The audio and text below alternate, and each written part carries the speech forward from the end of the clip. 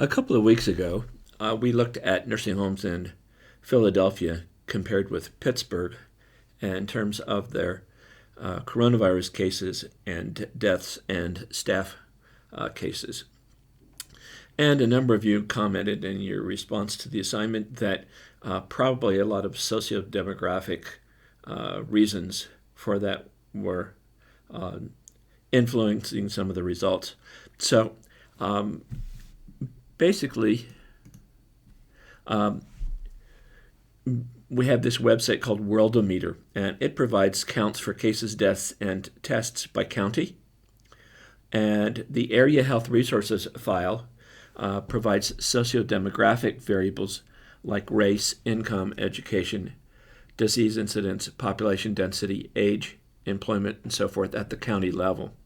So we can load some variables of interest from both of those sources, and we can look at some correlations to see if some of the ideas that you had might be working out. So I've created a merged data to identify correlations at the county level. And we might want to bring this up again when we do linear regression, and maybe we can do some things that'll help us respond better in the future. Here are the variables. Here's our data set over here in SPSS. And our variables include the county, obviously. Population. More population should mean more cases. We're going to want to normalize some things so that we don't have population as a confounder. Infant mortality, which doesn't prove out to do much. Diabetes is the incidence of diabetes. Per capita income. And we also have mean household income, median household income. People who aren't working, population density, which other studies have shown to be a driver of COVID cases, percent white, so we can capture white versus minorities, percent population over 65, the proportion of the population in deep poverty, the proportion with a high school degree,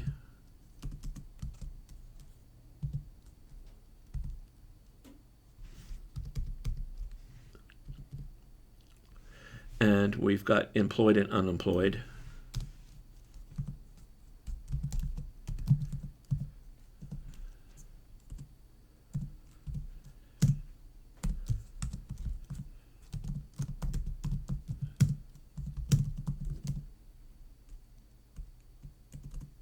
And that's the percent of the working population employed. And we have proportion unemployed.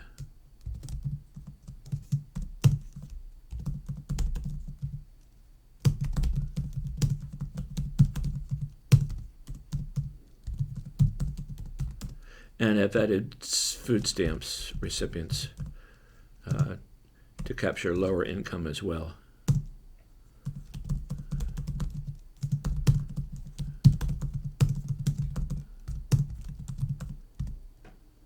All right, so there are variables.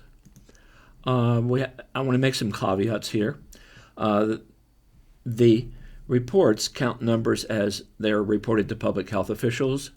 The number of cases and deaths is probably much larger than we have public records for due to asymptomatic individuals who never get tested and deaths from other causes like pneumonia to which COVID-19 might have contributed, but no tests were ever given.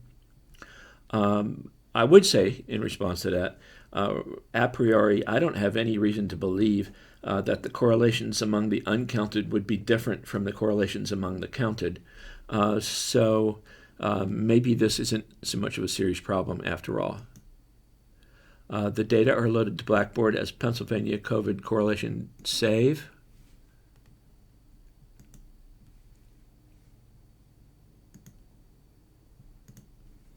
You can see it right up here.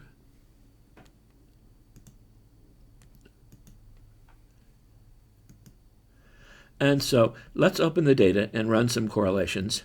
I'm going to use Spearman because we don't know whether the data are normally distributed. And for some of these, they're probably not going to be. So we're going to look for significance, statistical significance at p is 0.05. And we're going to look for the sign, so whether the relationship is positive or negative.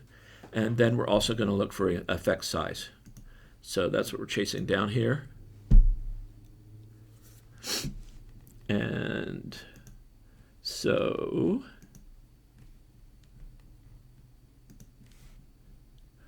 it's just as simple as it was during lecture. We're going to go to Analyze, Compare Means, right?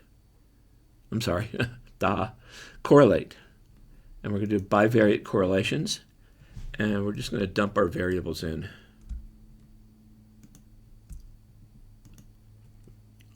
And I'm going to uncheck Pearson and check Spearman. Hit OK. And here's our correlation matrix.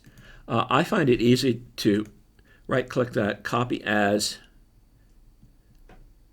Excel worksheet, and then I open up a worksheet and copy the SPSS printout to it, and here it is.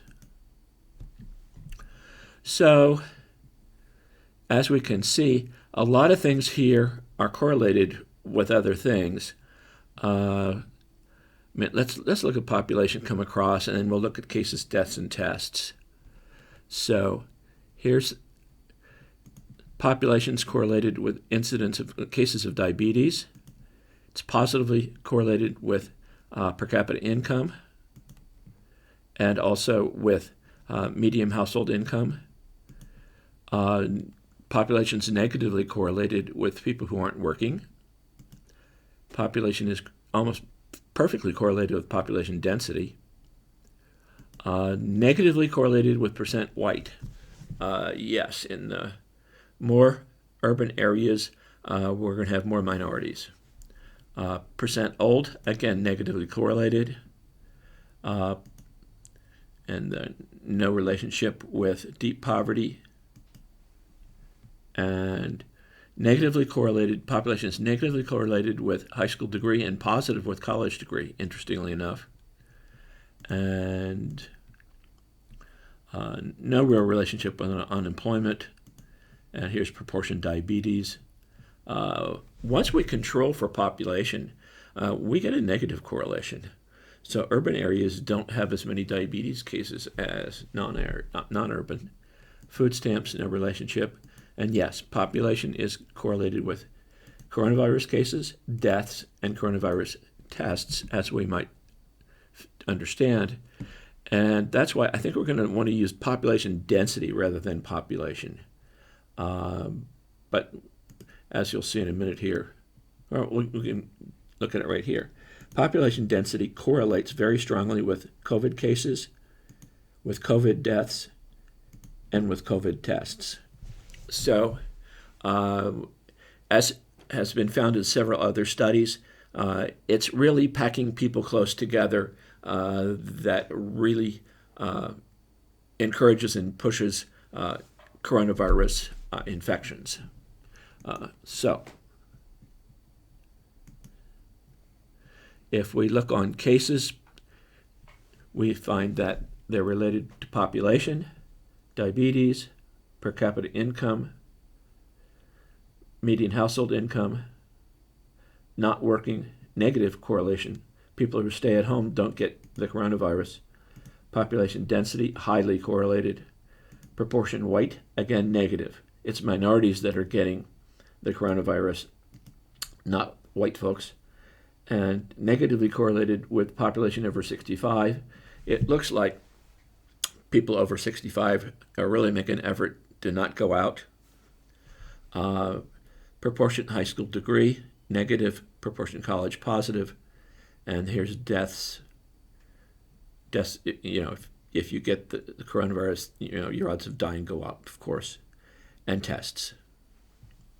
Now here's one question I have, and that is,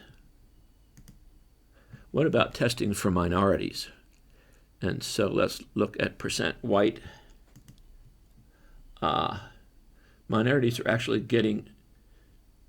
whites are getting tested less than minorities. Minorities are getting tested more than whites. So at least from this correlation inquiry, it looks like minorities are both at risk and getting more tests for the coronavirus. And again, remember, this is Pennsylvania counties. And then we could do the same thing for deaths.